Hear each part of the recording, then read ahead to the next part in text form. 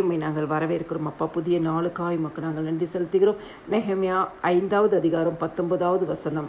என் தேவனே, நான் இந்த ஜனத்துக்காக செய்த எல்லாவற்றின்படியும் எனக்கு நன்மை உண்டாக என்னை நினைத்தருளும். கிறிஸ்துவுக்குள் பிரியமானவர்களே, இந்த இடத்துல நெகேமியா சொல்றார், என்னை நினைத்தருளும். இந்த ஜனத்துக்காக செய்த எல்லாவற்றின்படியும் ஆண்டவராகிய இயேசு கிறிஸ்துவின் சமூகத்துக்கு வந்திருக்கிற நீங்கள் இன்றைக்கி ஆண்டவருடைய சமூகத்தில் கர்த்தர் உங்களுக்கு செய்த எல்லா நன்மைகளுக்காய் நன்றி செலுத்துங்க.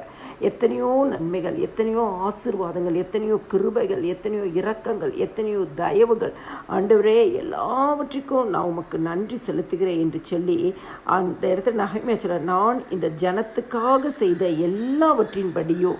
அப்போ நீங்கள் செய்த நன்மைகள், தான தர்மங்கள் எல்லாவற்றுக்கும் கர்த்தருக்கு நன்றி செலுத்தி, இதெல்லாம் நான் செய்திருக்கேன், என்னை நினைத்தருளும் என்று சொல்லி நீங்கள் ஜெபிக்கும் பொழுது கர்த்தர் நெகேமியா 12வது அதிகாரம் 43வது வசனம் சொல்கிறது, அந்நாளிலே மிகுதியான பலிகளை செலுத்தி தேவன் தங்களுக்கு மகா சந்தோஷத்தை உண்டாக்கினதனால் மகிழ்ச்சியாயிருந்தார்கள். ஸ்திரீகளும் பிள்ளைகளும் கூட களி கூர்ந்தார்கள். எருசலேமில் களிப்பு தூரத்திலே கேட்கப்பட்டதாம். அப்படிப்பட்ட ஒரு மகிழ்ச்சியின் நாளாய் கர்த்தர் இந்த நாளில் உங்களை மாற்றி தருவார்.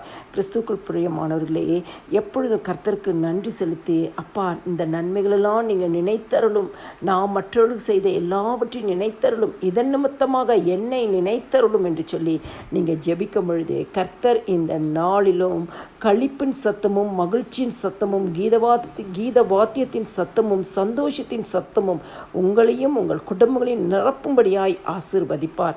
எல்லா துதியும் கனமும் மகிமையும் ஸ்தோத்திரமும் ஆண்டவராகிய இயேசு கிறிஸ்து ஒருவருக்கே செலுத்துகிறேன். ஆமேன்.